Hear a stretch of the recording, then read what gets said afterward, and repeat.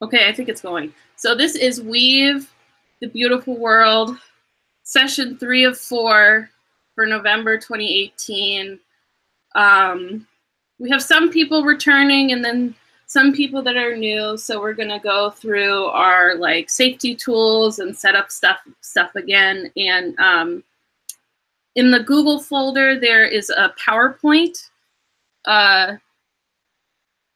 It's called World Building and Safety.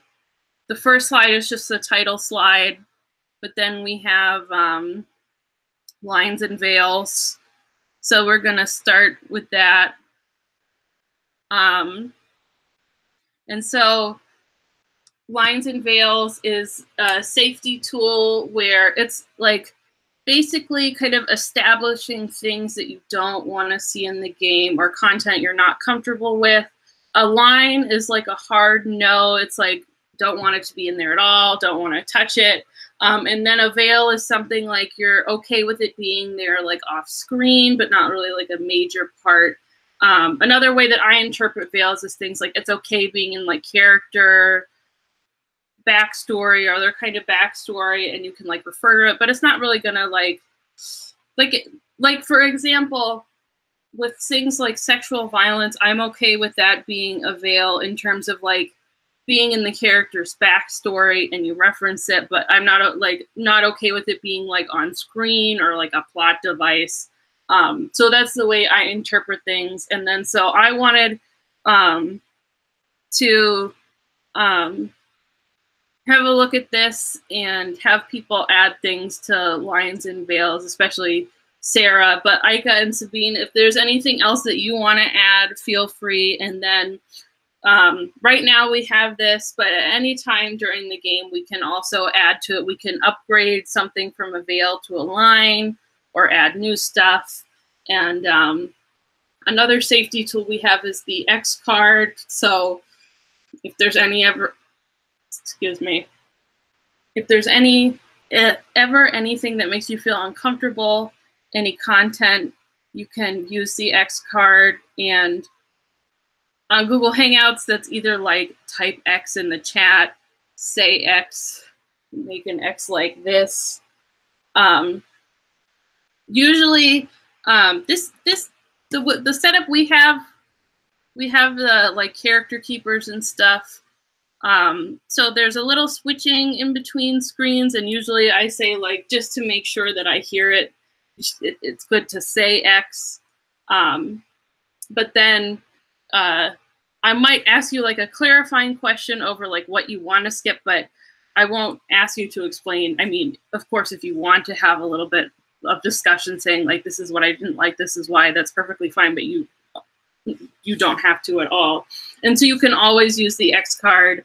And then again, with lines and veils, like even if you don't put it now, if there's something that comes up, you could, like, for example, say like, I want to X this and I also want to add it as a line. That's totally fine. This is a fluid document and we can use it throughout the whole process. So right now what we have is lines is, well, in parentheses, explicit violence against kids, sexual violence, parentheses, physical violence, coercion, threats. And then veils is lots of blood, killing or hurting animals. And then feel free to type anything into there right now. I'll just give you a few minutes to think about and do that. And then, like I said, you can add at any time. If you do want to add something during the game, just let me know so that I know.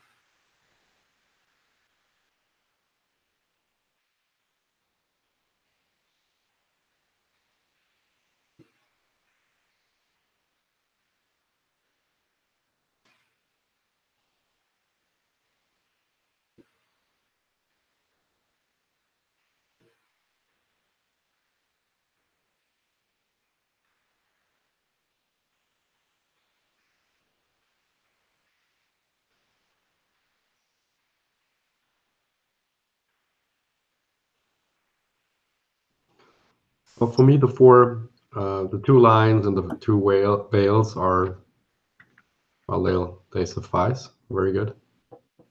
Sure, yeah. Nothing to add.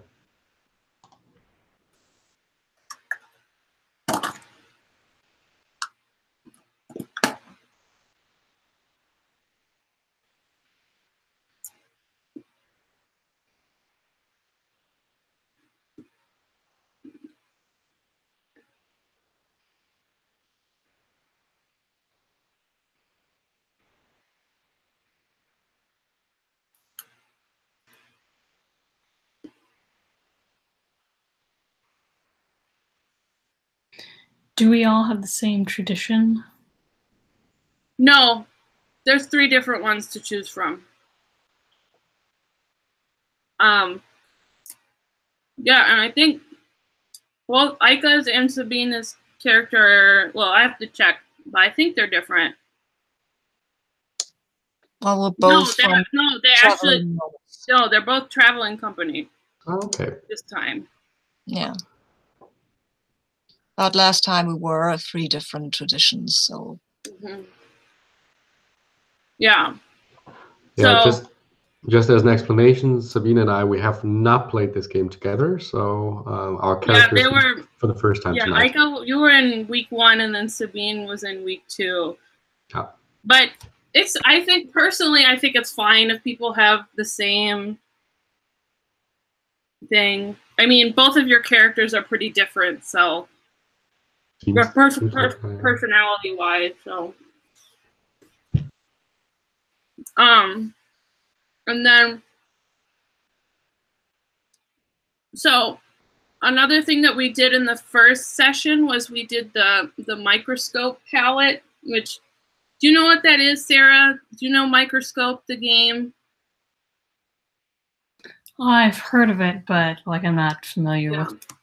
So there's like a little world building technique at the beginning of Microscope that like Tomes and other people use it. Like they've kind of taken that and used it in other games to help with world building. Basically, it's basically there's 2 columns. There's a want and a don't want, and you take turns kind of identifying characteristics in like the want and don't want sections to kind of help flesh out the world of the game.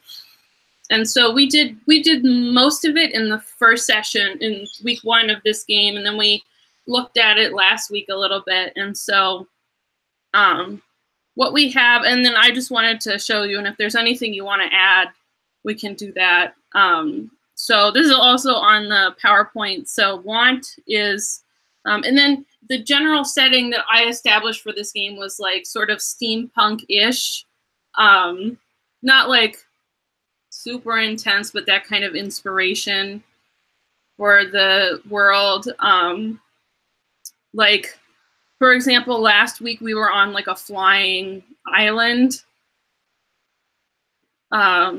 So for wants, we had animal-shaped robots, wild, out there, almost alien fashion, God-based religions. For example, in week 1, we had a cult that worshipped like the sun god, and then flying islands and cities, which we had last week. And then an extinct culture, like maybe we visit somewhere where there's either an abandoned city where it's an extinct culture, or it's a people trying to connect with an old culture. And then in don't want, we basically wanted to avoid some more like stereotypical fairy tale stuff, like princesses and fairies, basically. Is there anything that you want to add? I like the idea of a steampunky thing. I'm good with that. Yeah, cool. And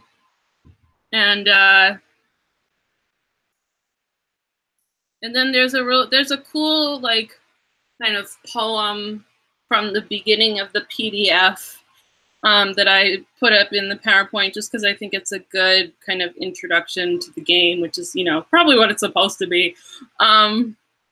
So in a loom, that 3 things are crucial: the vertical threads of the warp that provide rigidity and structure, the flexible weft that is passed between the threads of the warp, the weave that arises from these acting together. So it is with people. There is the warp, the things about them you can see and touch. There is the weft, their thoughts, emotions, and context. And together they make the weave. So it is with the world. Each community is its own thread of the warp, separate and rigid. We are the weft, flowing between them as we travel. Together we reshape the weave of the world. And then also in the PowerPoint, I have the descriptions of the different editions. It seems like you've kind of looked at those already. So don't have to go through those. And then I want to go through the kind of basics of the game. So to me, this is really like an episodic game, since we're really like, traveling between different cities. The idea is your characters are these novices of these different, of this weaving magic. And it's like a gap year, right? So you're kind of traveling and learning about the world, but you only stay in one place for 4 days. So after that, it's done. And so, I mean, we're using the same characters, but the plots are really confined to that day. And especially last week, there was a lot of turmoil happening in the city where we were, but we kind of left without really, resolving anything. So that's kind of part of it for me, is like you get a glimpse into what this city's culture is like, but then, you don't always get to be like the hero or save the day. You kind of learn about it and then you have to leave. No, we didn't. Last week in the Flying City, there was somebody pushing people off the island, killing people by pushing people off the edge, but we didn't catch them. We learned about it and then we had to leave. So that's that I think is very emblematic of the themes of the game, which is really about tourism, experiencing other cultures, a section of the PDF that's really poignant for me was, do you take it's meant to prompt discussion about tourism and experiencing other cultures. Do you take the things that you find cool, heedless of the damage you may be causing, learn context from locals, and only take what is shared with you? Or appreciate from a distance and only take memories with you when you leave? So we'll work on Sarah's character in a second, and I see you started that already. So the PDF describes us as weird tailor wizards, and any actions we attempt to make besides tailoring will be, only partially successful at best. And so sort of instead of rolling to kind of figure out how an action will play out, kind of me as the GM. So if you're trying to do something important without magic, basically if you're not making clothes or trying to do something with clothes, you'll do something, but you'll either fall short in an important way, have consequences, or not really have a lasting impact. So it's kind of a 7 to 9. Built into the system of the game. But then you also have magic related to clothes, which are the threads. So there's the thread that protects. The thread that protects, the thread that reveals, the thread that conceals, the thread that suffices. And so when you make characters, you kind of rank which one you're the most powerful in from, 1, 2, 3, 4. And those numbers kind of become how much points you have to spend during one session. So if you have 2 points in the thread that protects, you can use a magical action related to that twice during the game and spend 1 point. And that's basically something where you're using magic related to clothes. The example is someone's trying to stab you. You can turn your scarf into a breastplate for a second to protect you. So that's an example of using the magic. Or having an invisibility cloak to sneak into somewhere. So that's the kind of stuff that you're good at because you're tailor magicians. Yeah, it's good to remind ourselves that we have in one session 10 points to spend in total, right? Because I remember in the very first session we did Is it 10? not use. Yeah, so it's I guess 4 you're plus right. 3 plus 2 plus 1, right? And I remember in the Yeah, it first is 10. session, we did not use magic at all. Yeah. So it's not something we should keep back, but use as often as we can, right? And part of that is, I think, part of that I think is really the drama I've been constructing is more social than like nobody's tried to like attack you, so you haven't. So, but yeah, we should definitely try and use magic more because we have it. You know, let's use it since we have it.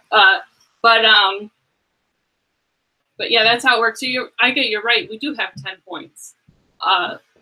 Per session. So, yeah, exactly. each. So we have 30 spells to cast during our session, so to say. Yes. And then I think also you can use the power related to your glyphs without like when appropriate, like your beginning glyph, and then Aika and Sabina each have an additional one because you were both successful in creating the egregore. So during each visit to a town, so you have 4 days, and on basically when you're in a particular town, there will be a certain garment that becomes emblematic of that culture. And what you do is kind of sort of try and capture the like knowledge and magic of that garment. And on the 5th day, you create an egregore, which is sort of like a little like yarn doll poppet thing. Basically that ties that to the weave, like the weave of the world, the universe. And if you're successful in creating the egregore, you gain a glyph. And it is possible to fail. The group almost failed last time, but managed to pull it together. And when you're successful, you create a glyph. And basically, the goal is when you gain 7 glyphs, which is your first one plus 6 more, you become a master. And obviously, in this campaign, we're not going to get there. But I guess like in like a full campaign, like once you reach 7, you become a master, and that's like where your like gap year ends because now you're a master and you've learn sufficient amount of information to know what you need to know. So to create the egregore, you need those warp and weft points, which we kind of saw. And the warp is sort of like the physical construction of the garment. You want to learn like how is it made. And there's also in the PDF, there's kind of descriptions of what kind of actions or observations will help get you warp points. And then weft is more like the social meaning of the garment. Who wears it? What kind of like, is it prestigious? Is it not? What kind of meanings? How has the meaning changed? That sort of thing. So as we're kind of moving through this city and doing these actions, you're kind of gaining those points at certain points. So should I start with any clothes at all, or are these just like the abilities that I pick up, not the garments themselves? Oh, you have personal clothes. Yeah, so yeah, you have your own personal clothes. It's not necessarily like, it's not like an inventory where you're picking up clothes. I mean, in theory, I guess, like, Aika's character probably still has, like, the sunglasses from the first session, but it's more about, like, the learning and the knowledge of what that the clothes represent. So, I guess for the character, let's go for the character creation. And most of it is pretty like regular character creation stuff. Okay. Yeah, so the name, the look, the outfit, yeah, and it looks like you've already ranked all the things. And so for the first glyph, how that's determined is it's your tradition plus your strongest thread. So your strongest is did you rank the 4 threads already? Is that what you wanted? Okay, just checking because they're like all in the correct, they're like in numeric order. So I just didn't want to make sure I was.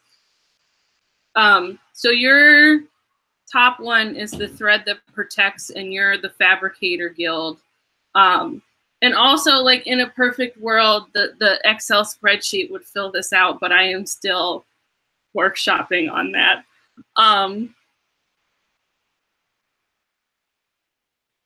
Because it was explained to me that doing that was more complicated than I thought. But anyway, so you're the thread that protects, and you're the Fabricator Guild. So your first glyph is reflection. Something that might harm you bounces off harmlessly in the direction of your choosing. And so when appropriate, you can just use this skill. Wait, let me.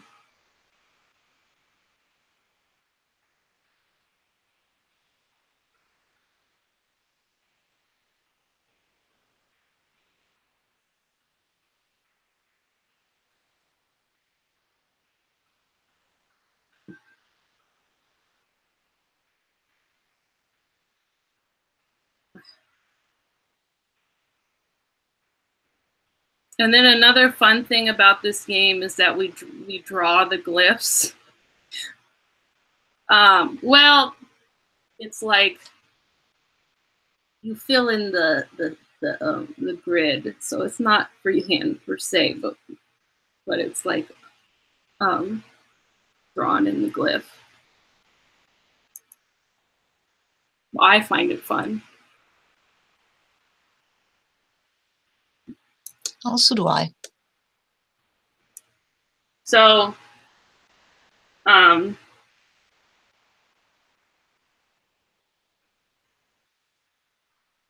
yeah, so once you're finished with your character, then can do the glyph. And then once that's all done, we'll just introduce your character, and then we'll go. Where am I drawing? So it's in the folder. It's copy of glyphs. It's an Excel spreadsheet. But don't rush. We have plenty of time. Noella, in the meantime, can you remind me what my second glyph was? It doesn't show in the list. So I'm gonna check and see if we wrote anything down. No, Robert didn't. Tina didn't. Tina did last time. Okay, so the sun is from last time, right? Yes, the sun is from that first session. From the first. Okay, perfect. Then I'll simply copy and paste that from Tina. Yes, yes. Sun vision. That's the right one. That was the one that we did with you. All right, perfect. The sun, copy paste. There we go. Thank you.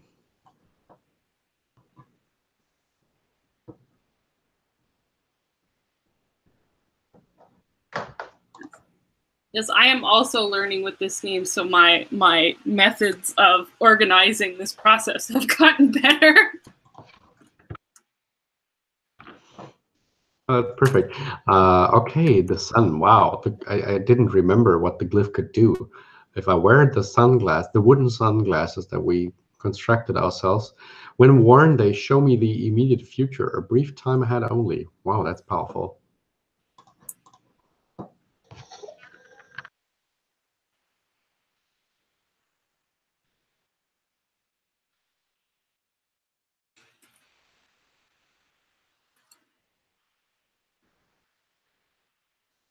I also like the one we did last time, which was the magic carpet.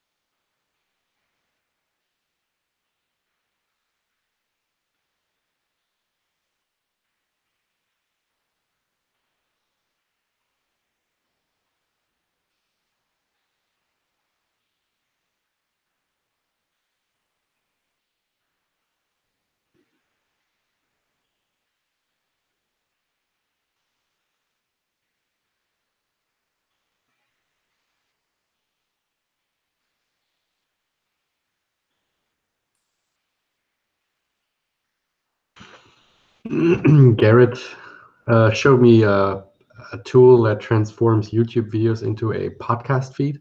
So Oh, very wow. often I listen to actual plays on the train or when I'm riding the bike, and there's always this strange silence in between. I don't know what people are doing, so I'm only listening and don't see their concentrated faces while they're drawing their glyphs. Oh, I guess maybe we should at some point show what our glyphs look like for the video.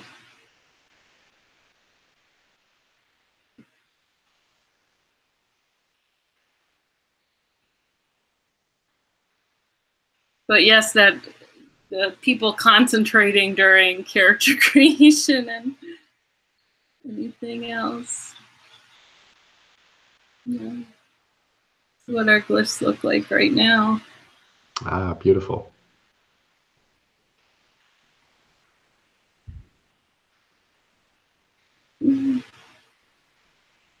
Oh no, It's like, wow, now we have a mise en abîme. yes, the like never-ending reflection.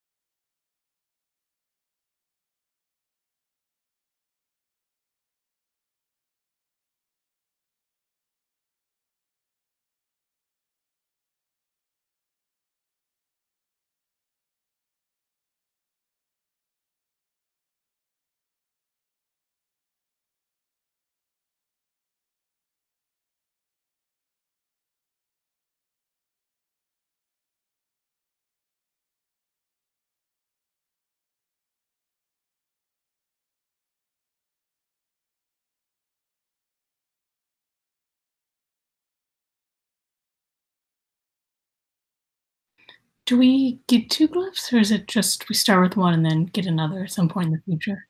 You start with 1, and then if today we successfully create an egregore, you will get another one.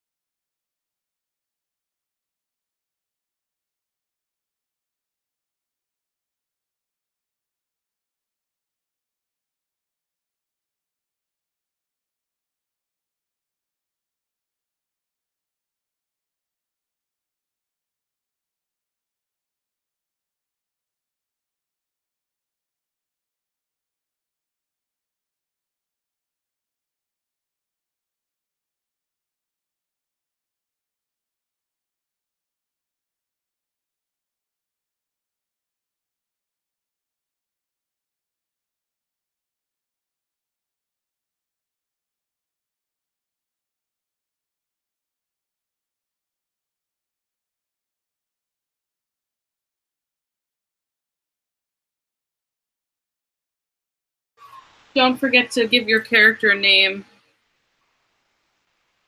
Is there a list of suggested names somewhere? Unfortunately not, but Name them whatever I want. yeah, just name it whatever you want.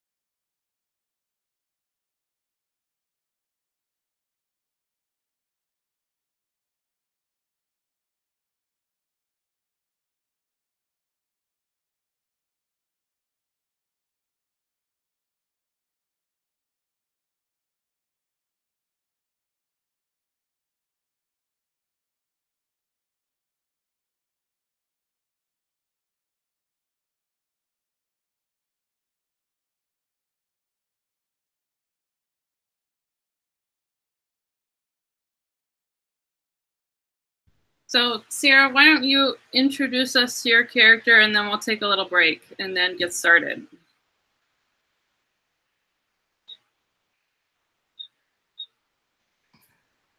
Sure. So, Balma is from a fabricator guild. I think she has traveled a bit before, but not very far afield. Like all the most of the clothing she's wearing, she's made, or like people have brought back for her from other places, or they've made themselves. Very short, very blonde hair, like fairly small build.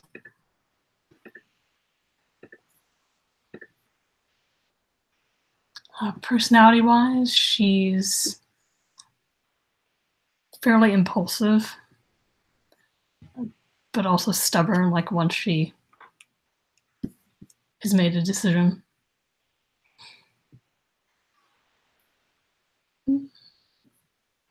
Anything else?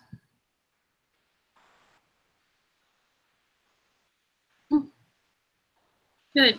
So why don't we take an 8-minute break and then come back on the hour? Cool. Okay. Cool, sure. Shouldn't we introduce our characters? And I'm guessing I'm late. So just so you know who we are, but I think we can do that later. Right. Yeah, let's do that so we all come back. Yeah, sure. See you. Bye. See you.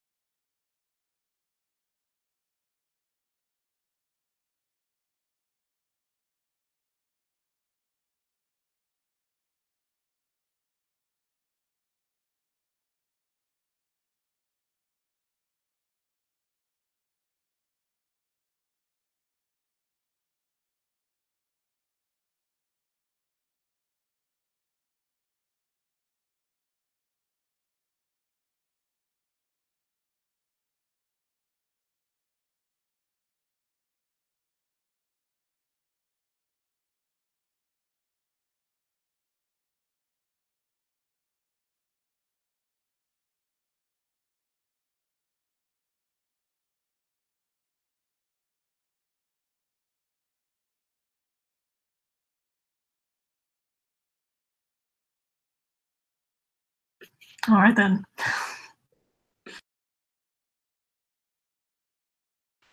All right. So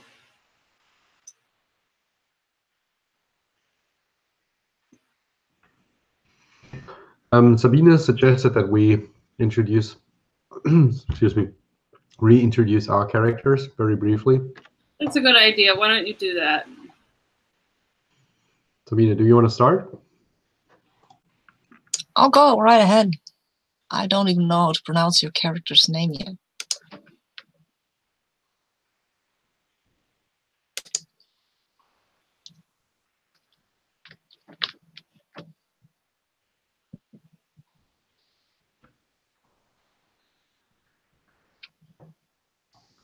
Sorry, was that a yes? Sorry, I didn't catch.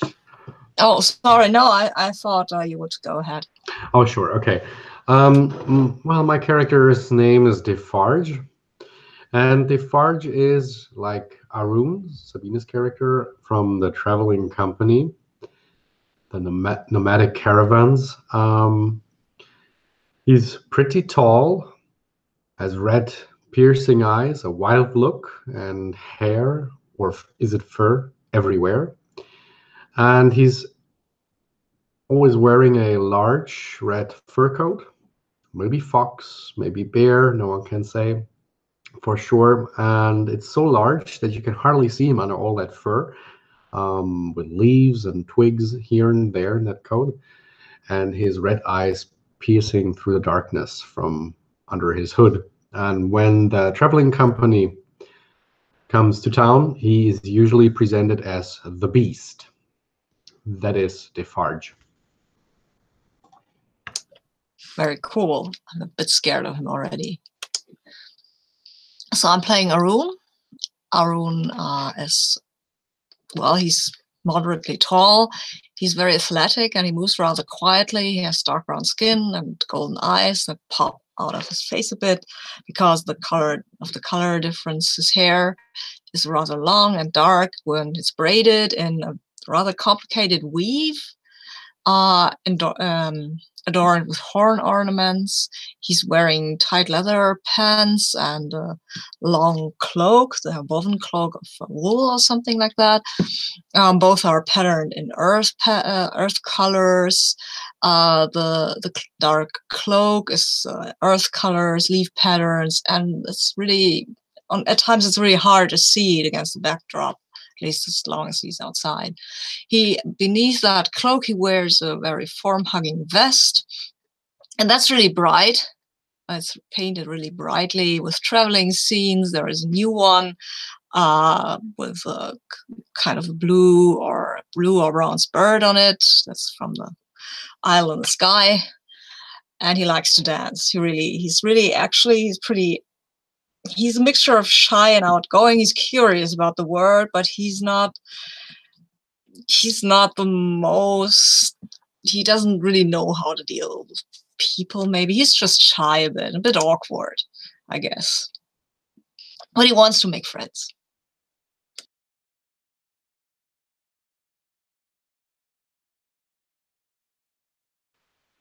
So you three have kind of met up. We have a couple of other characters from the last two sessions who are not present. So there's a couple of these, Valavna, that's the kind of general name for these weavers, that are traveling around on this gap year. So you three have kind of met up and are going together. And you're traveling down the road, kind of in a little caravan. I don't think you're on foot. I think you're in a wagon with some other people, probably who's on like a group of travelers, some people who have goods for trading, other people who are just going to other towns. And it's a normal day on the road. Well, until it isn't a normal day. But at the beginning, it's a normal day. It's nice weather, it's sunny. And then all of a sudden, you hear what sounds like thunder, and kind of a shadow gets cast over you, like you think like a cloud had passed over the sun. And you hear what sounds like thunder, but you look up and the sky is clear. There's no clouds in the sky. It can't be a storm. And then you see this kind of giant mass approach. And it has legs. And it sort of looks like a mechanical animal, like that general shape. But it's, one, it's sort of huge. And two, it's like along the sides, there's all these like windows and things built up on the side. And you realize that it is a city that has legs. Or at least a house that has legs. You're not sure how many people are inside it, but it is rather large. Like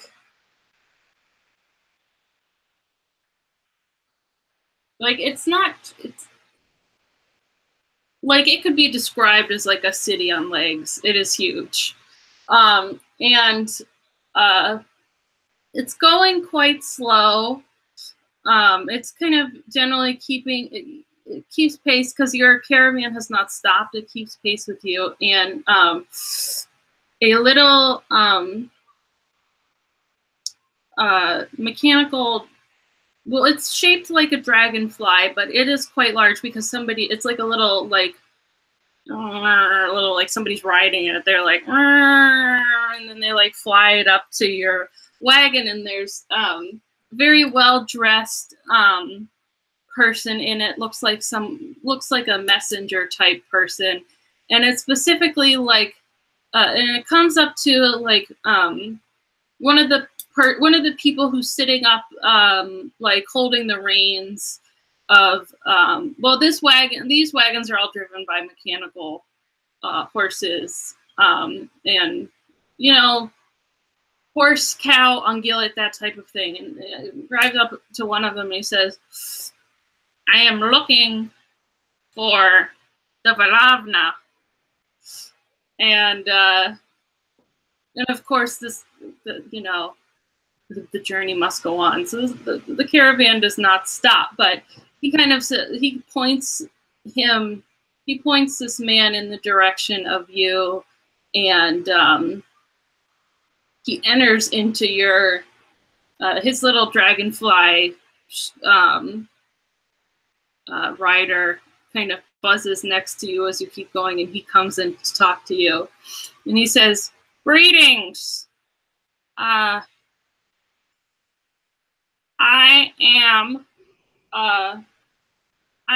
the attendant to the Scream, the master of the city with legs, and I have been looking for Valavna for a very special job. We can promise you very high compensation for. Defarge, under his coat, begins to sniff. You look like an animal, you walk like an animal, but this is not an animal you're sitting in. You're doing it all wrong. You should do it like I do. Look at my coat. It's made of fur. That's how you dress. That's how you hide inside an animal.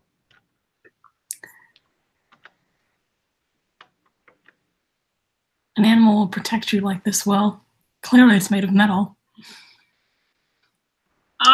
Yes, we employ the finest metals to craft our zoological machines. But please accompany me up to the penthouse so we can discuss further. It seems... sorry. Yes, go ahead, Arun. What do you want to say? I don't want to say anything. I want to be in the machine already. It seems like they have a lot to learn, those people. Maybe we can teach them. maybe we can learn something ourselves. Didn't you mention, Noella, that one of them was well dressed? Well, it's just one person. Yeah, he's well dressed. He obviously works for somebody with a lot of money. Well, maybe I'm interested in his dress. Hopefully.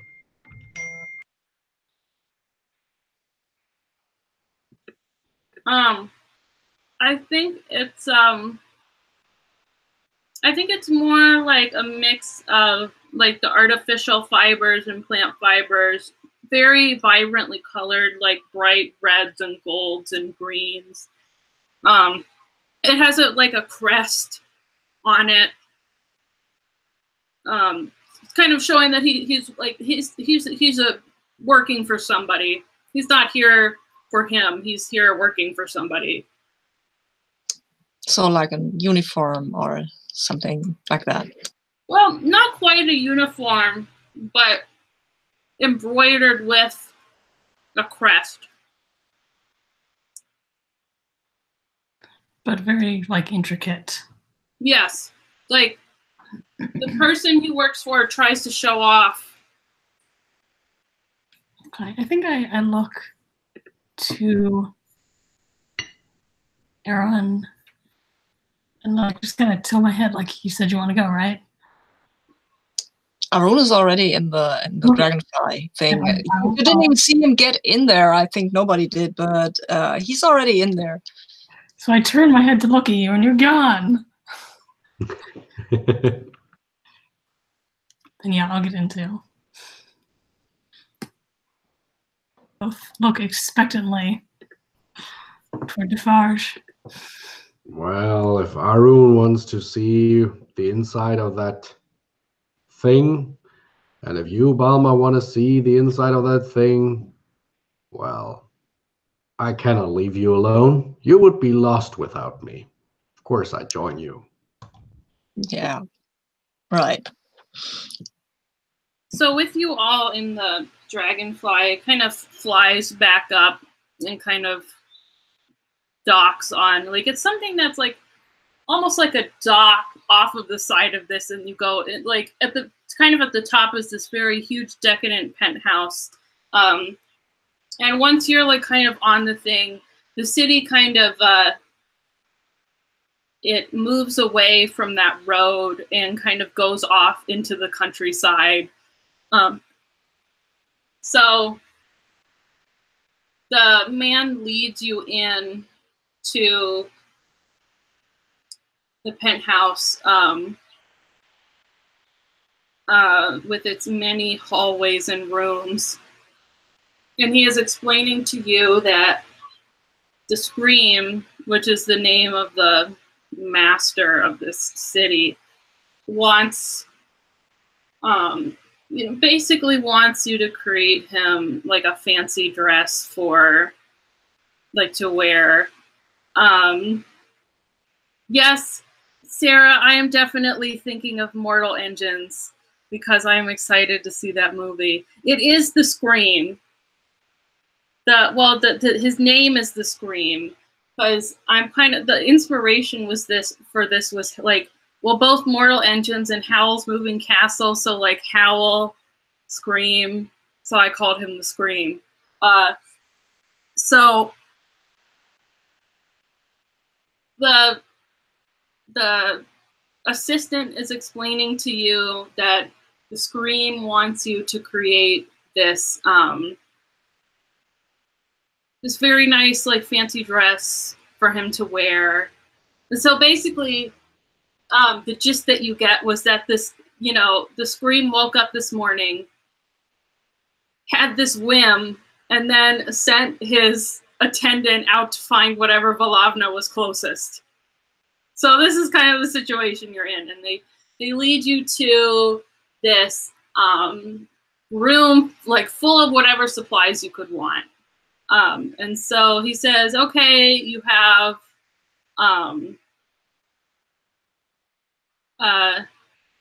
like, I'm going to say you have, like, he gives you, like, a day. And also, like, in the connecting room is, like rooms that are, like, have, like, whatever food, like, beds, necessities you want, like it's there. So he gives you a day. And so is 1 day like an appropriate amount of time? Well, you are magic people, but I'm gonna say you think it's a little ridiculous because this whole request is super ridiculous. You're like, what is this person? I would want to address him and say, Mr. Assistant, do you realize we have to beat Mr. Scream and have to take his measures and have you take the measures of your city? 1 day is hardly sufficient. We need at least 4. Oh, I think he kind of hands you a bunch of like papers that have all of the measurements and stuff written out on it. I throw them away. No, that won't suffice. We need to see him himself. We need to see him move. We can't make a dress for somebody we've never seen. That's impossible. That's ridiculous. He's like, and he's kind of like, no, the screen's very busy. You do this, and then we'll be back for you in a day, and then you will meet him and present the dress to them. And then he leaves. And so we're going to fast forward here because this is just like the beginning part, and there's other stuff I want to get to. So I want you all to kind of describe what you whip up. It doesn't have to be perfect because, it's 1 day. But it is going to be, like, it's going to be good because you're Balavna. So just keep that in mind as we're going. It's not, like, terrible. It's going to be really good. So just describe what this fancy dress is that you whip up for the Scream. And then we'll have him come in and meet with you. I might actually want to go and have a look at the Scream guy before I do anything. I know you do, but he's not coming. No, but I want to go. I mean, I can't turn invisible, right? You could, but they definitely like lock you into this room. Okay. Okay, cool. I have a bad feeling. We realize that we have been locked in here. Oh dear. I do not like that. Okay. So, do you have any ideas for that fancy dress? Bells. Lots of bells. So you can't move around quickly. And horse hair would be fine. Unfortunately, I don't have any on me. Well, they have given us some materials, and I think maybe this would be kind of, this is pretty horse. We can use this. Yes, he would be feeling very uncomfortable wearing this. I like the idea. But it has to look very fancy. Just be uncomfortable. I like it. Yeah, I like the idea. What do you say, Balma? I didn't get that. Something that shines. Oh, yeah.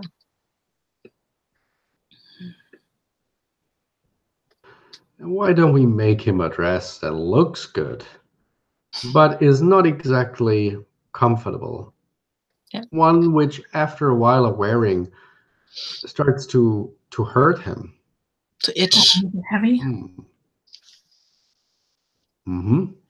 Even the hives. Yeah, I like this idea because, I mean, you don't go to the Balavna and tell them, go make me a dress. We're not kind of like, I don't know, servants, are we? All right, then. Okay. Well, I guess on the outside, the dress is fancy, shiny, whatever.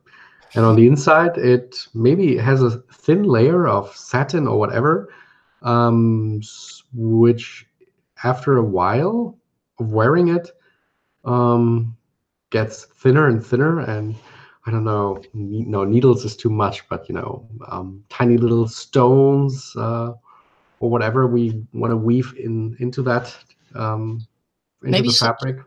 Maybe just some scratchy material, like well, what I think metal and like weave that into it. Ooh, yes, very good. Yeah, like wire wool or something like that you would ordinarily use for scratching pots. steel wool. Yeah, like that. Yes. Oh, I have these sunglasses, and I can use them to see the immediate future, but I don't need to use them to see that this is going to be a lot of fun. We'll see. So it's the next day, and the attendant comes back and brings you to the throne room. Like his like nice room, the Scream's nice room, and you walk in and it's this man who looks like Christian Bale, the actor. And you give him the dress and he tries it on. He's like, "Oh yes, yes, I do like this, but alas, it is not good enough."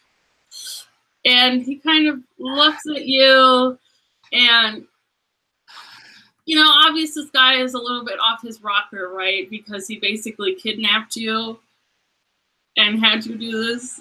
And he's like, "Oh, it's not good enough." And he's like, "Oh, it's not good enough. Oh, what should we do? What should we do?" And he said, "Oh, we have shown you such good hospitality, and yet it's not good enough. Oh yes, I think a good 4 days' work will be enough to make up for this." And then they basically open the chute and throw you down it. Like they basically open up a chute and send you down it. And that cue this kind of montage scene from a movie. You're falling, tumbling through. You're probably not the first person who has taken this trip down the chute. Do I need to use my move? No, you're not going to get hurt at all. This is just you. So you fall down through and you kind of end up in what is essentially the belly of the beast. So now you're sort of in, not the underground, but you're in the center of the city where the engines are, basically. You see, there's a bunch of, it's sort of like the inside of the engines. There's a lot of scaffolding and metal bits, and you can see, you kind of tumble out and you fall down basically into a pile of sandbags, because they're used to people falling down the chute. And basically people are walking around working, and this woman comes up to you, and she is wearing kind of what looks like, it's sort of like a jumpsuit. Some people are just in normal clothes, kind of normal clothes, pants and kind of the white shirt or tank top, but she has kind of not nice, but a very sturdy looking jumpsuit. And she comes up to you and she says, "Are you okay?" That man was talking of hospitality. What hospitality is this? She kind of... Balma, are you all right? Oh yeah, Right. that was interesting. I suppose. She shakes her head and she's like, "I'm so sorry that you had to go through that. The Scream is a notorious, he's notorious for his fickle nature." How did he come to rule the city? I mean, he's obviously an idiot. Oh, he is no idiot. He built this place. Oh. He may be temperamental, but he is much smarter than he appears.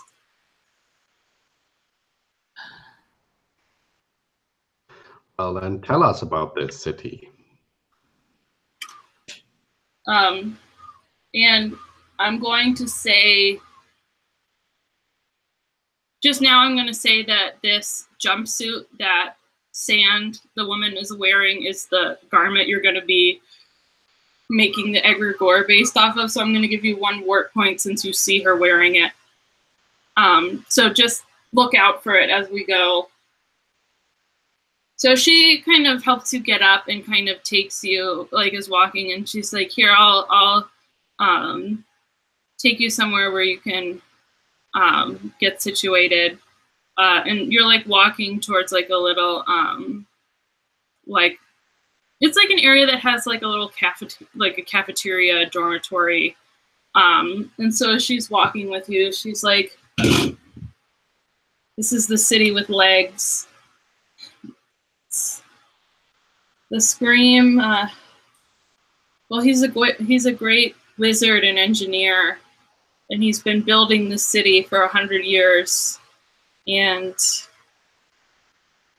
you know, some of us are, well, it's a beautiful city, but not all of us can live on the outside. Some of us, like me, came here to work because, as temperamental as he does pay decently, at least compared to where I'm from. But a lot of people here are paying off debts to him. Basically, if you get on his bad side, you have a debt and you have to pay it off. And I assume that's why you're here. What did you do? We did not create something. We did create something and he didn't think it was good enough. And now apparently we are supposed to pay him back by working 4 days for him. That sounds about right. She points at another woman who's sitting like at one of the tables, like taking a break. That's Winter. She looked at him wrong, I think. Well, I think she's from a nice family here. I think the elite families, they're, you know, she kind of waves her hands like politics and stuff, but whatever she did, it's not like she hurt anyone. She just wasn't in the right place at the right time. Now she's working down with the rest of us. So much for the Scream's intelligence. Doesn't seem very intelligent to me. So tell us, how do we get out of this place? Well, honestly, the safest way would just be to do the 4 days of work, and then they'll just let you out. 4 more days of work and 4 more days of work when whatever work we do isn't good enough for him. Do you think that's the best way? Well, she's like down here. She sighs and like she says, sometimes I've seen, it's like, usually if you do it, it'll work out. As long as you don't cause trouble. But she says the city is always running. It can be, unless you stop or take one of the dragonflies out, you could die trying to jump out. Well, maybe not, but I'm actually curious about your city, you know? This place, it's kind of amazing. It's like nowhere I've ever been before.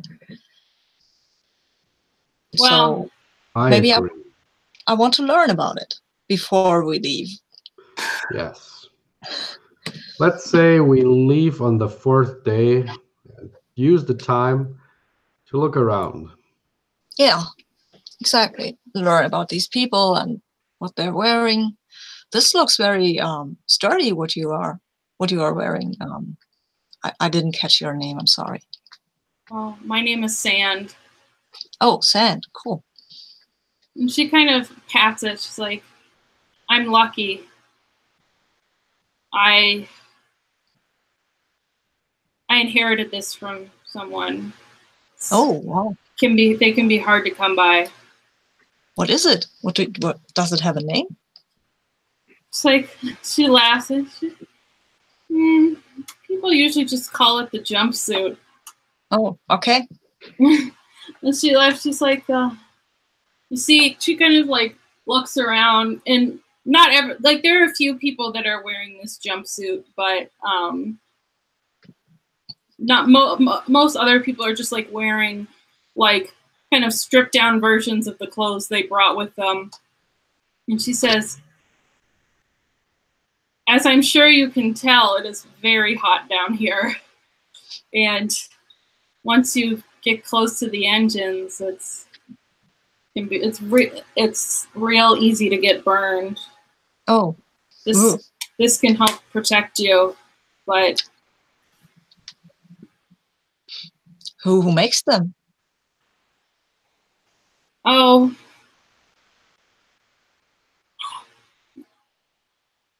I mean, it's not really a question of who makes it, it's what it's made of. Because anybody could whip it up. I mean, and look at it, it's not that complicated. It's just, it's made of like... And at this moment, Defarge begins to sniff, and if he can figure out what it's made of, he would finish the sentence before she does, if it's possible. So you figure out that it's made of like a fireproof kind of leather that also has a material. It's like a fireproof leather that also kind of has like a cooling material on the inside. Mm-hmm. Is that organic, that cooling material? Yeah, I think so. Leather, cooling material, very interesting. I don't think you have the animals in this city, do you? No, everything. She's like, hence the rarity. I'm going to give you a weft point because Sand is telling you about it.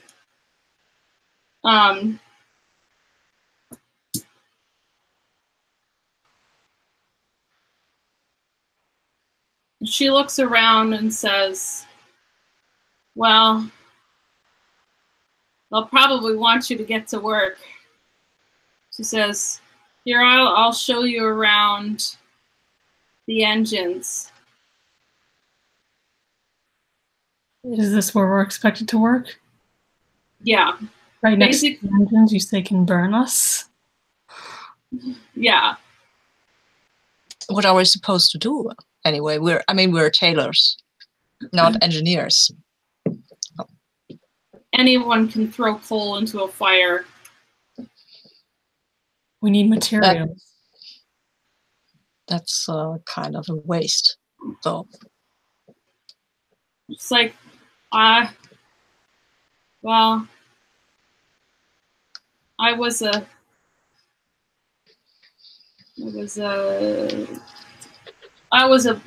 bookmaker, but you gotta do what you gotta do. So she leads you and kind of like shows you around, and you kind of see there's a couple of different engines, and people they have like a system where people throw coal in and like people are checking to make sure things are running smoothly. So she takes you over to one of the engines to sort of teach you how to like do it. And so who wants to throw some coal into the engine? No.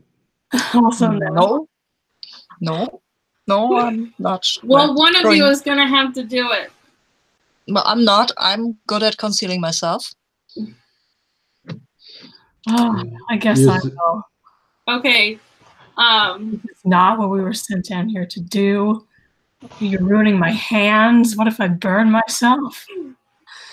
And so you like pick up, she directs you to like pick up the coal and throw it in. And as you're like doing this, kind of like a kind of like a little tongue of fire kind of comes like very dangerously close towards you, and like if you don't do anything, it's gonna burn you. What did I tell you?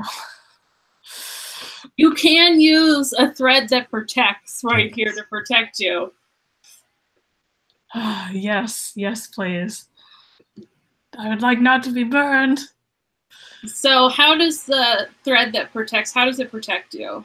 And what garment is transforming to protect you?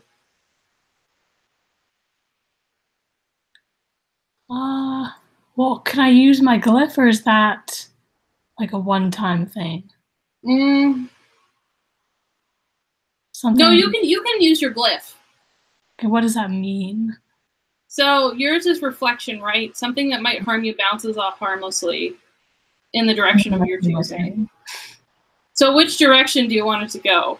What is around me? So in front of you is the engine, and then on the other sides of you are other people. And also a pile of coal, right? Yes, yes. The pile of coal is also next to you, probably like behind you. Okay, I'll direct it onto the pile of coal. So the flame kind of goes into the pile of coal and it ignites. And so the pile of coal catches on fire and everybody starts like panicking and they're like, oh my God, get the water. And I'm just like, what did I tell you? What did I tell you?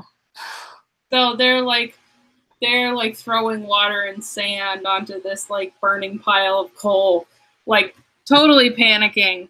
Can we use this distraction to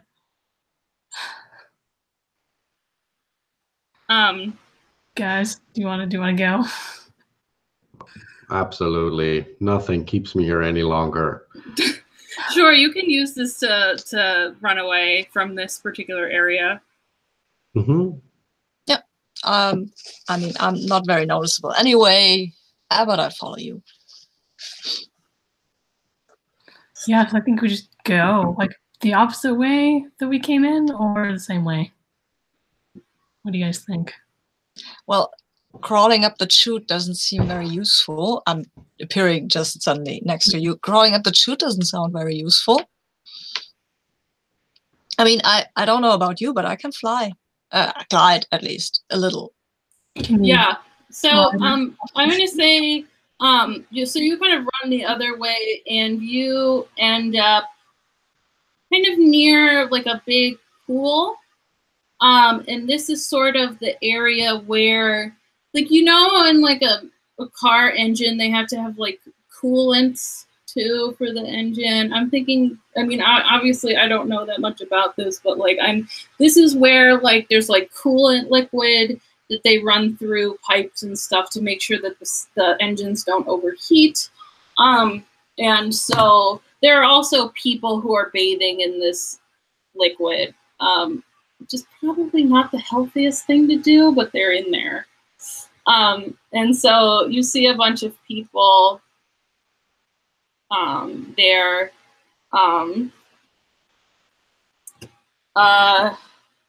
Let's see, you've ditched Sand. She's trying to put the fire out. And so this is pretty big. I'm gonna say, like, it's the size of like 2 regular swimming pools put together. So you're on one side, and you can see on the other side there's kind of a group of people who are talking to each other, and then there's like one man who's like the center of attention. So you can see these people talking, but they're on the other side, and there are a couple other people closer to you. I wonder, because like this is my wheelhouse, but it's a coolant on the inside of Sand's garment. Does this smell the same? Well, this is liquid. Yeah. Defarge, is this at all familiar? Smells funny. Does it remind me of anything that I smelled before? I think it reminds you of like the Fabricator Guild, like just those like artificial smells. Well, I guess, Balma, you're the expert here.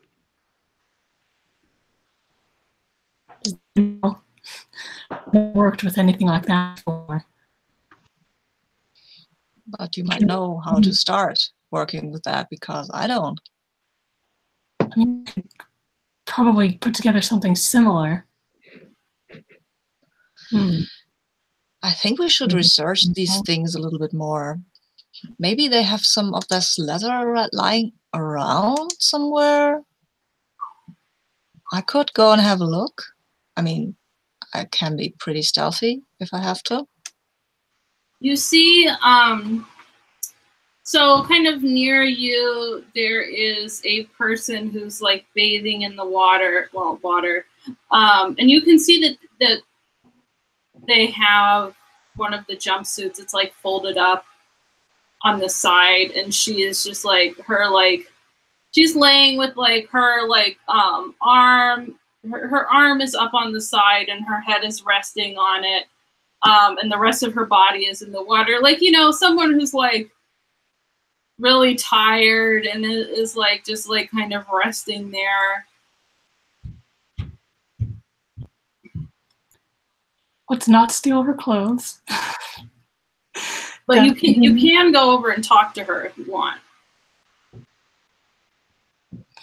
Unless you guys want to steal her clothes. Well, unless one of the she has one of these jumpsuits lying around. It is the jumpsuit. You can see that she has her clothes is the jumpsuit. Oh wow! So yeah, I want to steal that. Aaron, it doesn't look like she is going to need that anytime soon. So you do your thing. Yeah, I go and do my thing. Sure.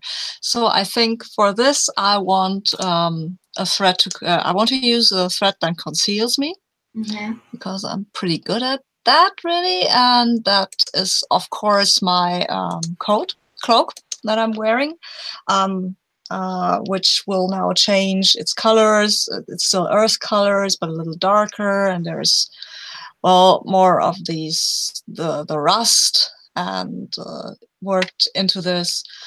And I will just, you just can't tell me from the background. And I'll walk over there and I'll pick up the jumpsuit and I put it under my cloak, and then I'll walk away again. Wow. Stealing people's clothes. Yeah. I just want to look at it. She'll get it back.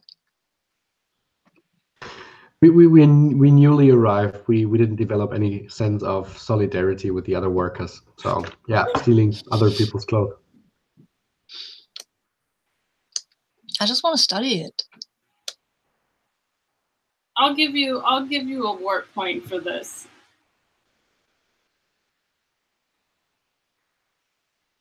So, where do you want to go now?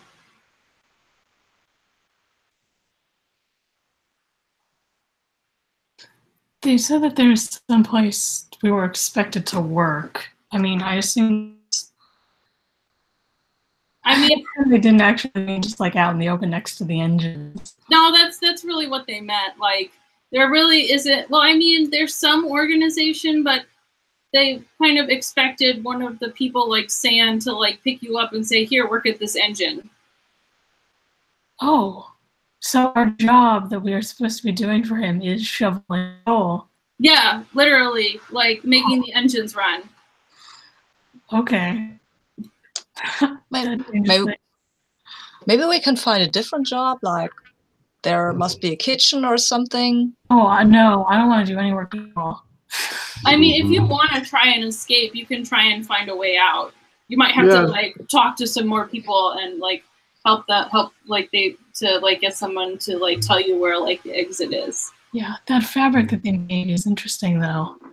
I would like to find out more about that. At least like get somewhere quieter and take a closer look at the clothes Arun stole. Yeah, I mean we can bring it back to her later and tell her we just found it, and maybe she will tell us more about it. And maybe she will find us a better job than shoveling coal into a raging fire, because there must be other jobs. I mean, how intelligent is this Cream? He can create a city that walks on 2 legs, but he cannot create a city that automatically shifts some coal into the fire. That man certainly has some problems up there. Maybe he just needs the right clothes, Oh, yes. like something that makes him hug himself a lot more. Because he needs the love, I guess. Or, So what are you doing right now? So what I do you think we're think is looking- here for us to learn?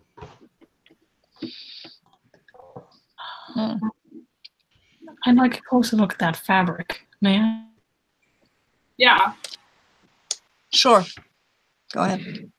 Is it entirely organic? I'm gonna say it's like there's part like artificial, like a fabricated fabric in it too. Okay, so leather and then whatever, like that coolant material is probably. Yeah, I don't know what the real life equivalent would be off the top of my head, but yeah, that's sort of like something to create it, like so that when you wear it, you can like not overheat. That's interesting too, because leather does not breathe at all. Yeah. So I wonder. So I don't know, is there like, can I examine this and like Yeah. see what it is made of more precisely? Yeah. Do I need to do anything for that? No. You can just say you do it because it's your like specialty, right? Okay, so yeah, I want to like turn it inside out. The leather's on the inside, and just like look at that coolant material, like just look at it, smell it, lick it. Yeah.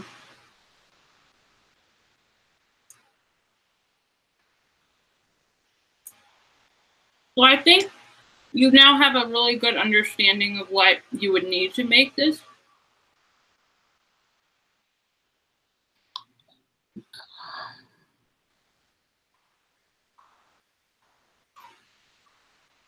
Okay. But we still, we'd still need the leather, right? Yeah. Leather. But Dan implied that the materials themselves are harder to get. But if they can't get them here, there's nothing else that I need to see here. So you're examining this, and then I think as you're sort of like, maybe one of you is like walking around or something, but so that group of people on the other side of the pool, you think at some point you can kind of sort of overhear what they're talking about. And it's basically like a union meeting. The man, his name is Blaze, and he's sort of like this like union leader, and he's like giving a speech about how they need to like negotiate for better pay and rights, and so you can overhear him. And then there's also like a young woman who's like sort of like the second in command. I wouldn't say he's let them unionize, but they're definitely trying to unionize. And the young woman whose name is Cole is sort of like, you know, she's the person who's there who's like, you know, is obviously like enamored with him and is like following him. But as you'll learn later, it's like she's enamored with him and is following him, but she's probably actually much smarter than he is. And so she should be the leader, but she is sort of like the number 2 right now.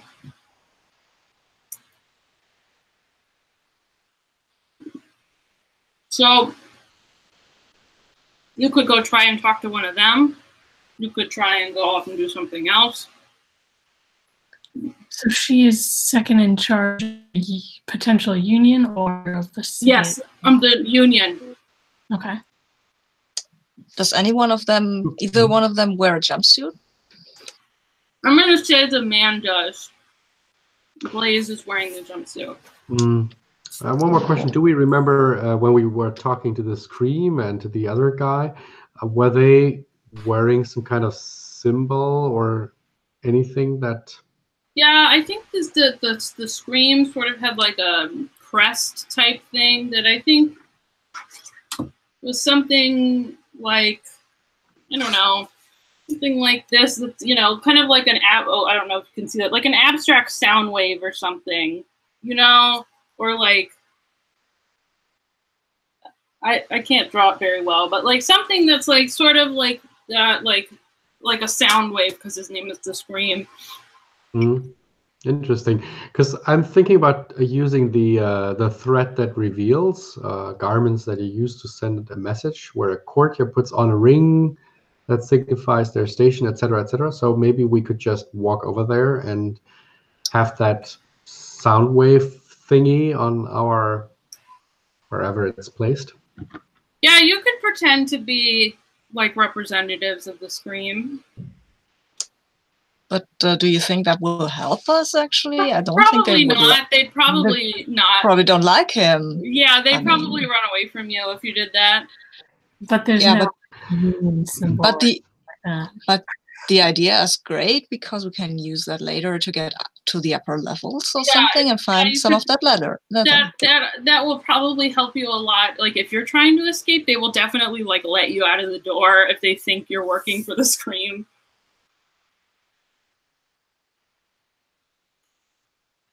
Okay. Now that makes sense. Yeah, so let's just talk to these people without pretending to be working for their, well, evil boss. I mean, we can tell them the truth. We are coal shovelers looking to join the union. I'm not a coal shoveler, I'm a tailor. For the moment, or for a second there. Okay. We're the coal shovelers. Yeah, so let's you could talk to them. You know more about shoveling coal than I do, I think. Wow. So, Balma, when you talk to them, something is going to go wrong, just because something has to go wrong when you're because you're trying to do something important here. And I'm going to say that I'm going to say that what happens here is that you try and talk to them, and the main guy, Blaze, sort of ignores you and doesn't really help you. But Cole, the second in command, she like tries to like befriend you. So that's the good thing that happens is that you get Cole's attention, but Blaze ignores you. Okay, yeah, and I tell them that I am a new coal shoveler, and I would like, I heard there was a union, I heard they were organizing.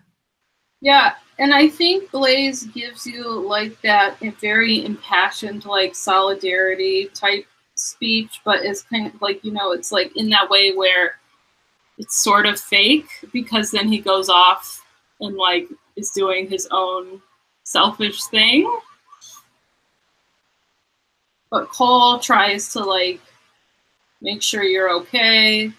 She is you can tell that she is like a really good person and is just trying to do the right thing. She's like kind of takes you aside as this union meeting is kind of dissolving, and she like tries to make sure like you have enough like food and water, and that you have somewhere to sleep.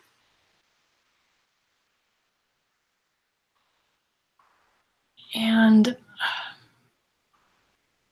look, I mean, I really don't want to be a coal shoveler for the rest of my life. Do you guys have any plans Or are you just wanting more pay? She kind of sighs and says, well, I mean, we're definitely trying to. She's like, well, some of us are here of our own will. So And just aren't. are. Some people are like, I think a lot of people are legitimately just trying to work there. But there's the unfortunate subsection of the debtors that get thrown down in there. And so she says, like, that they're like, they're a regular union, but there are also ways to escape, but it's really dangerous. And how long has she been here? She's been there for a few years. So she wasn't born here. No, I think there's definitely a significant amount of people that are like immigrants that came here for the work. Okay, I want to introduce her to Arun and Defarge. Just like I have some friends who would like to meet you. They're interested in joining as well. Mm-hmm. And just kind of pull her over. Yeah. So Obama said you were forming a pack. Is that right? What's the difference? You hunt together, right? Pack doesn't get paid, I think. Oh, it's about that. Oh, I see. And what's your, are you trying to sabotage the engine? Because that would make sense to me. No, we just want to be treated fairly. The only way you're going to be treated fairly is if the Scream is disposed of in some way or changed. If you think that's possible. No, but he built this city. And you make it run. Yeah, it seems to me that would be fair if every one of you had at least one of these jumpsuits that protect you from the fire and the burns. I mean, that could be something you would demand. There's just not enough to go around. It's really people. Yeah, but people who've been here longest, the people who are lucky enough to inherit one. Yeah, but come on, this guy, the Scream, is supposed to be so very clever. So shouldn't he be able to get everyone one of these wondrous things? I mean, I guess making them isn't so very hard once you have the materials. I mean, we could do that, but well, I think he could make that happen. He's probably pretty rich, right? Yes, but being smart doesn't mean being generous. Yeah, and you can also see that she has a big burn scar on her arm. Yeah, but wouldn't it be smart to protect your workers? I mean, come on. Sorry, go ahead. You're living in a cage. It's not even gilded. Why don't you try to escape or just destroy it? The city runs fast. If you try to jump out, you'll die hitting the ground. There are cities in this world that fly. You think this place is anything special? You can't find something better anywhere else? It's like you could just stop. Excuses. He doesn't need any more. She kind of looks in the direction of where Blaze went, and she's like, my home is here. But then you should have a say in how it's run, and then you should at least be safe in your home, because otherwise, Defarge is right. If you're not safe, it's just a cage. We're trying. We're trying to make it better. Is he listening? Slowly. In time, he will. So you've had some measurable success. She kind of, she doesn't answer you. That's a no. I kind of don't feel like we're going to get any further talking to her. Yeah, I don't think so. No, Yeah, you're right. Yes, I think.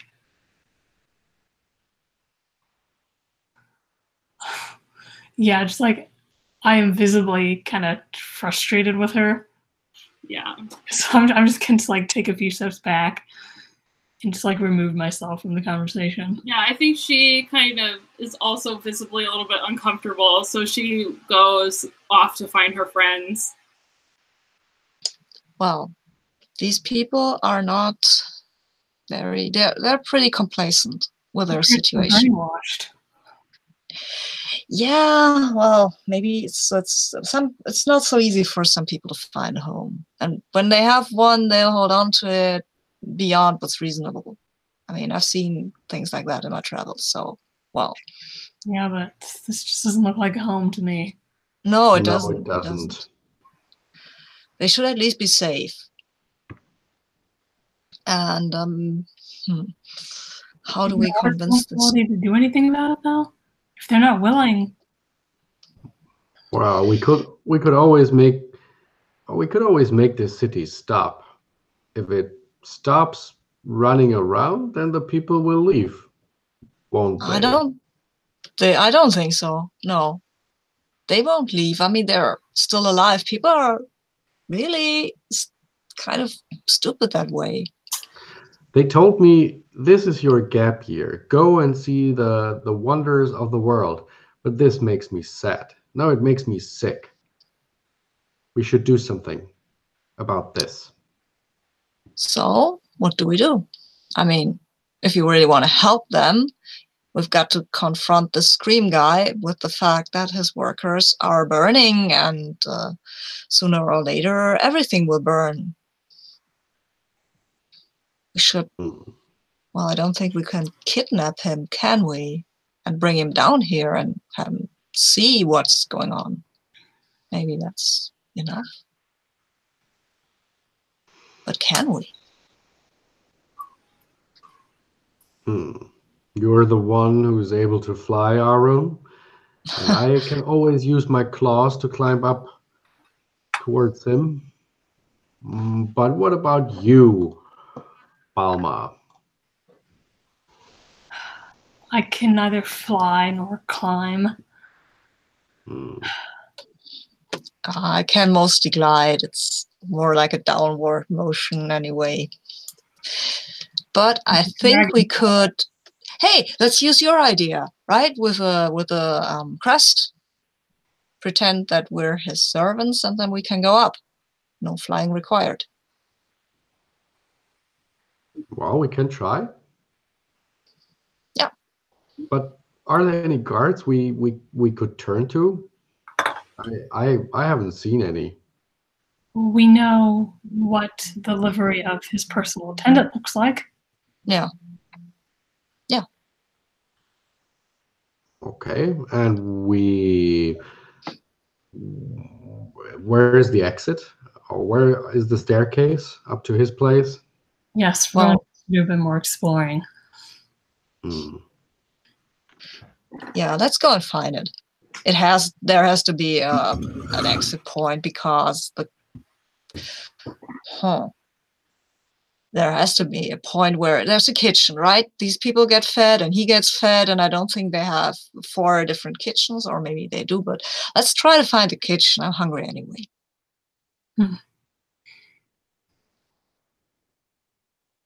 And you, Derparish, you have the best nose among us, so sniff the kitchen, please. There is this disturbing, scent of this whatever it is that is inside of this pool. But I still think I can find the kitchen. Give me a minute. And Defarge starts sniffing. I think you find the kitchen, and I'm going to fast forward us a little bit to the kitchen, and you find the like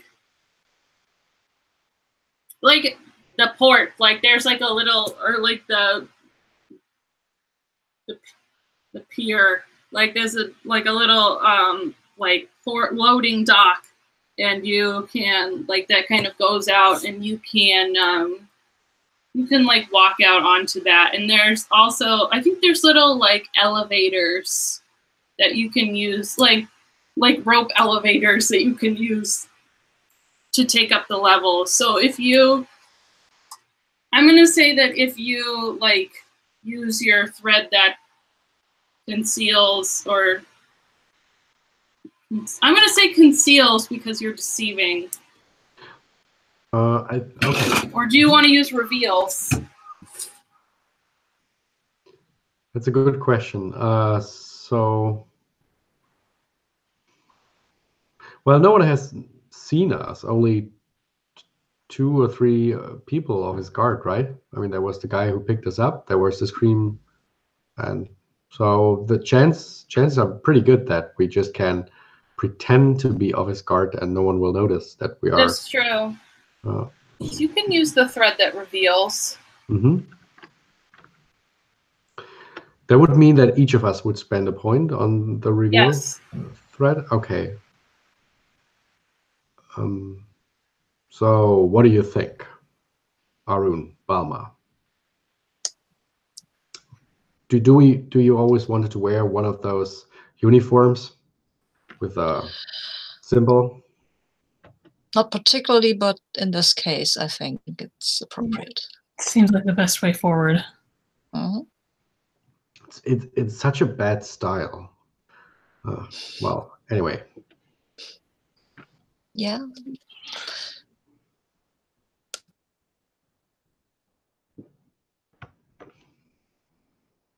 So I'm going to say that you. Oh, sorry. What did you want to say, Sabine? I just wanted to say that we can pretty it up maybe a bit. Oh, yes. So I'm going to say you go up these little elevators. You know how, like, you could, like, the basket attached to the rope that you can pull up. It's sort of things like that. It's nothing, like, super technological. But you make it all the way up to the penthouse. And you make it in there. And we're marking off one thread that reveals. Reveals, okay.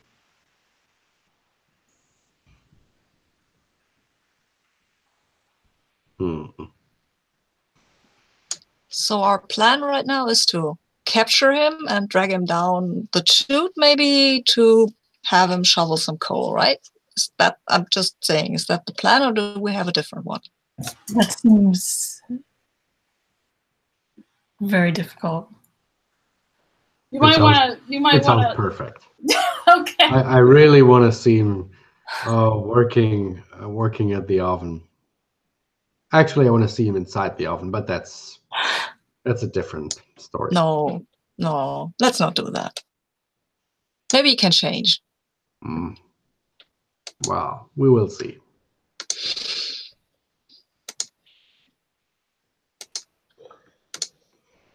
So, how do we find that guy? I mean, I think you can just go to the his like throne room and look for him.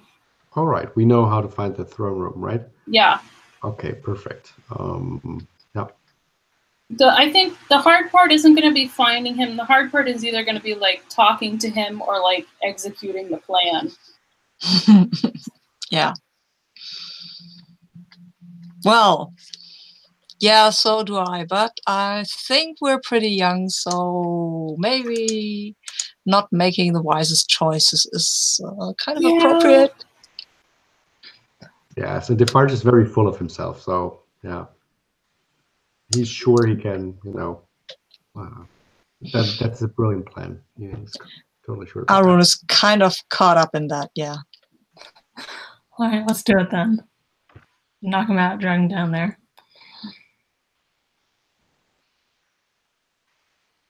So I'm gonna say it's like he's having lunch or something, and you do have like the opportunity to try and like sneak up on him.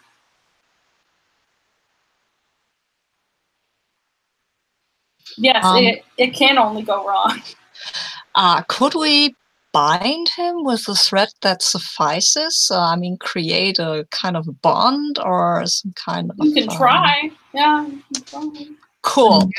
Cool. Shackle was the word I was looking for. Yes. So, okay. I'm guessing that's up to me to creep up to him, or can you provide? Can you provide a bit of distraction, maybe? He's not really surrounded by guards at this point, so it's pretty easy to get to him. Okay, so I get to him, and then I'll just use the thread that suffices to, I don't know, to bind him. You know, like I'm walking around him with this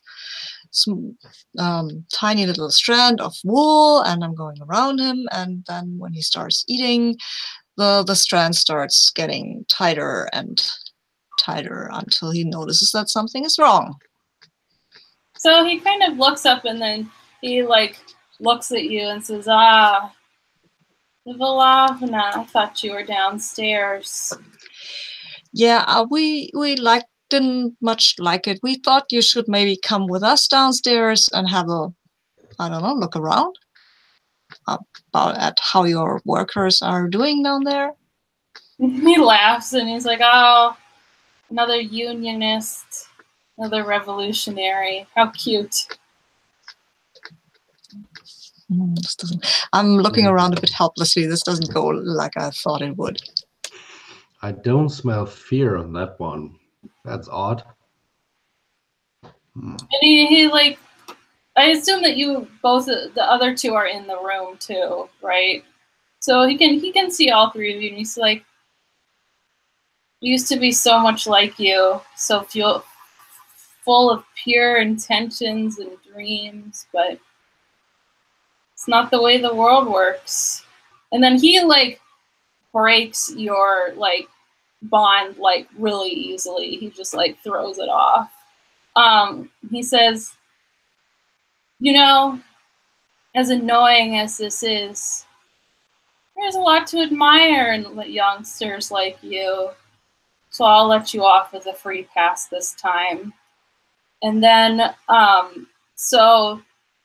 he like kind of like, and like a big door kind of opens at like one of the far ends of this like dining area, and it's kind of like a dock, and he has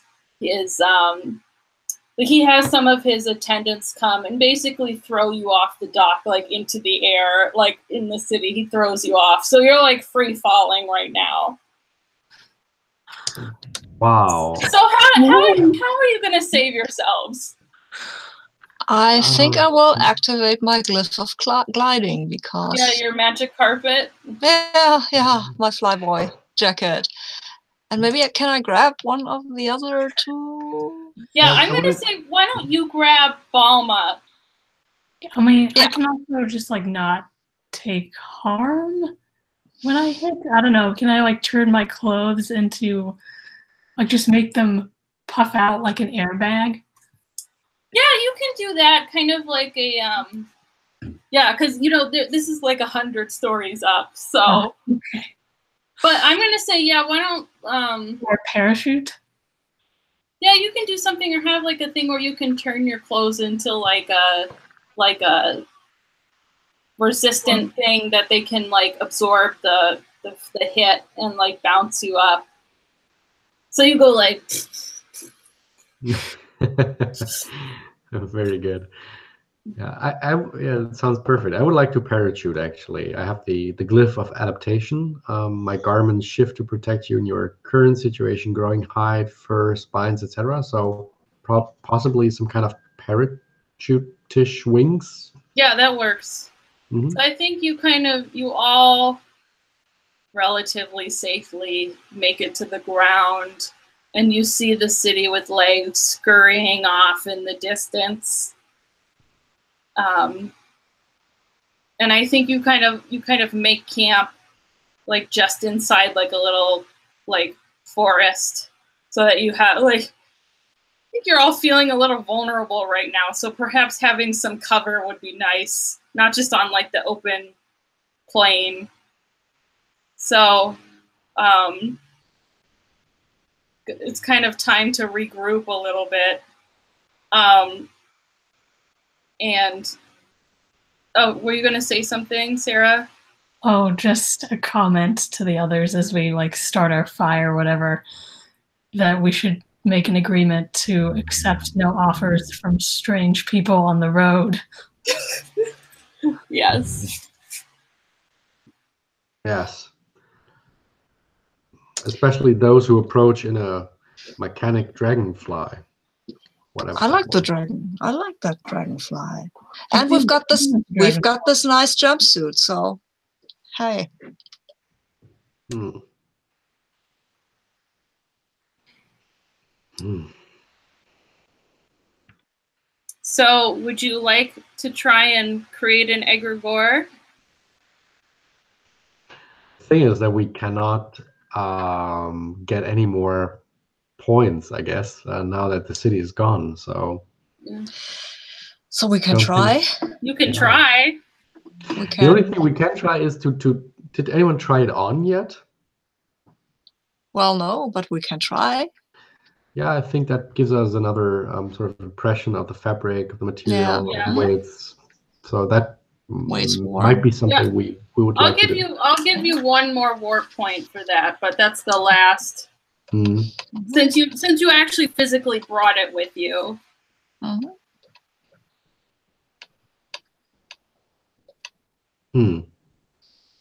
And did we also see this garment in active use at any point when we were in the foundry?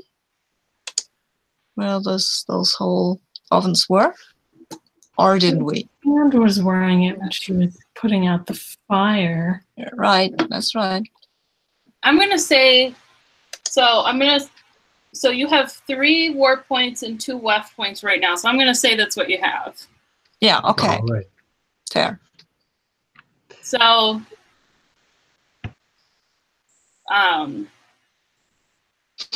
so would you like to create the egregore?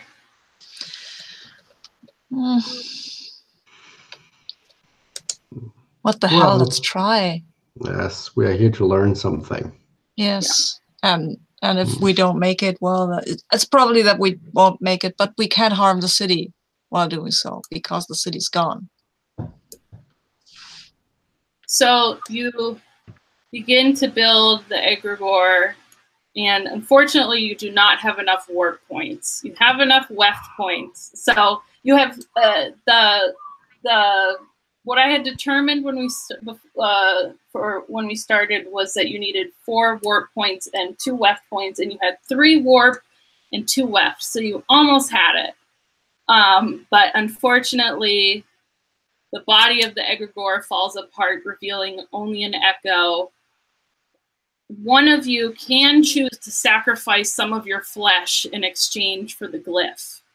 And that sacrifice part of your body would be replaced by the garment's material. Otherwise... Can I sacrifice, like, basically a glove's length? Yeah, you can do that if you'd like. Can only one of us do that, or can I think if one of you sacrifices, all of you can get the glyph. Cool. All right. I mean, is that something Bama would do? I mean, this is a leather skin. That's true, but there's that cooling thing. All right. A lot of her garments are very protective. Good point. So if you want to do that, you can do that and get the glyph. Now, would replacing one of my hands with this stuff... I'm going to say it would probably mainly replace your skin, not like the whole hand. Yeah. And this would like affect my ability to work with fabric or anything. Yeah, you would probably maybe like your touch perception, but I think you would have all your motor functions. Wait, I've just read that if we have an example of the garment at hand, which we actually do, we can sacrifice that to the echo to give it form and return it to the tapestry. But okay, then we lose our chance for power, so no. We want power.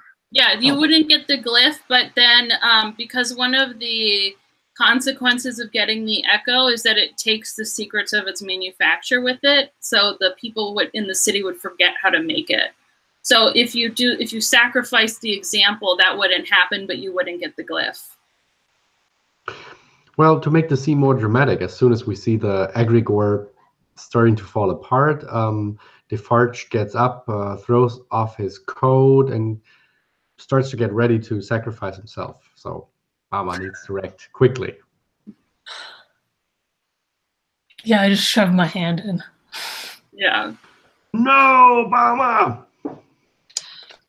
I was actually getting ready, but I'm not really wanting to fight for it. Yeah. So now I want you to design the glyph. I think, well, Bama, you're the one who made this happen, so you should Okay. be. Where am I putting it? So it's in the copy of glyphs that like grid. So for you, Sarah, it'll be glyph 2, and then for Aika and Sabina, it'll be glyph 3. Okay. What would it do? Is it different for all of us? Oh yes, I It's forgot. so how we've been doing it is it's the same theme and same power, but you can like draw it differently. Okay. Let's do something with blue. And how is that glyph called? And what does it do? Is it a protective glyph? Like it protects us from fire?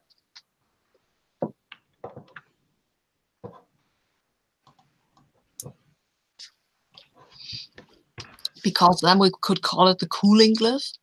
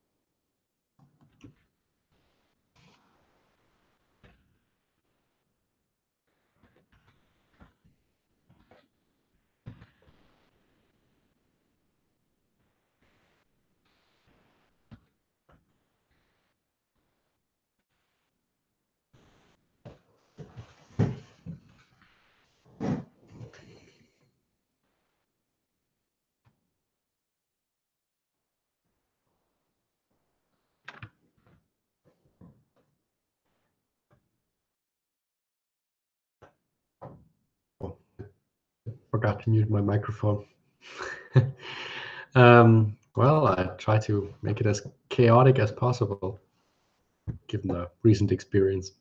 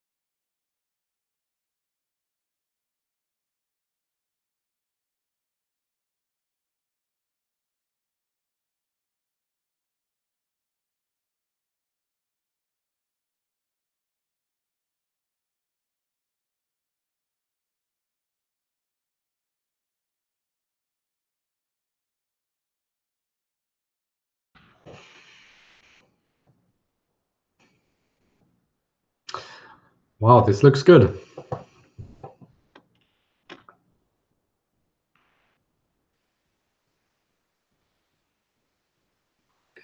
I like how different they all look, even though they're like made to do the same thing. Mm.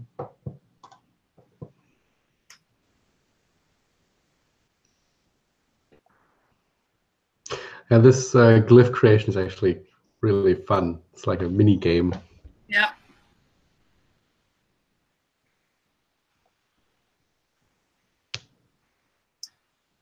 Well, thank you all for playing today. This was super fun.